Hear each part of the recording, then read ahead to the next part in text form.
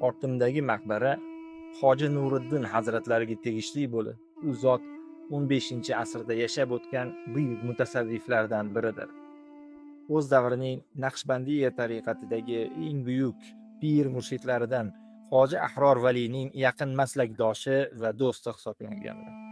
Lekin bugungi videoda biz Hoji Nuriddin haqlarida emas, balki Yassaviya tariqatiga mansub Toji Hoji hazratlari haqida gaplashib o'tamiz.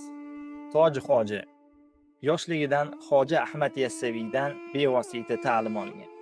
Uning otasi Abdul Malik ota, uning bobosi Hoji Ahmad Yassaviyning birinchi xalifasi Mansur otadir.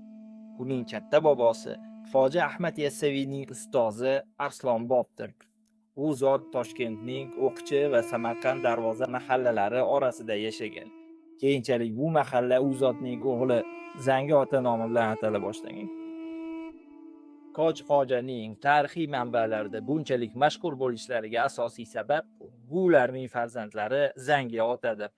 Dastlabki ta'limotni o'z otasi Toji Hojidan olgan Zangi ota keyinchalik Yassaviya tariqatining toji darajasiga ko'tarildi.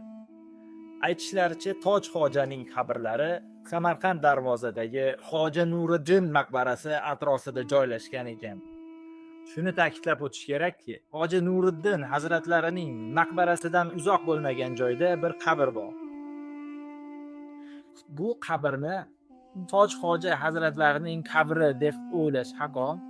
Toji Hoji hazratlarining qabri qayerdaligi bugungi kunda noma'lum. Bu qabr esa Hoji Nuriddin hazratlarining xalifalari Shom otaning qabrlari hisoblanadi. Biz biroz avval to'xtalib o'tgan Hoji Nuriddin hazratlari va mana shu hududda dafn etilgan ularning xalifalari Shom ota haqlarida alohida postlarimizda hikoya qilib beramiz. Bundan keyingi postlarda Yassaviya tariqatida o'ziga xos o'rin tutgan Zangi ota haqida chuqur videolar taqdim etib boramiz.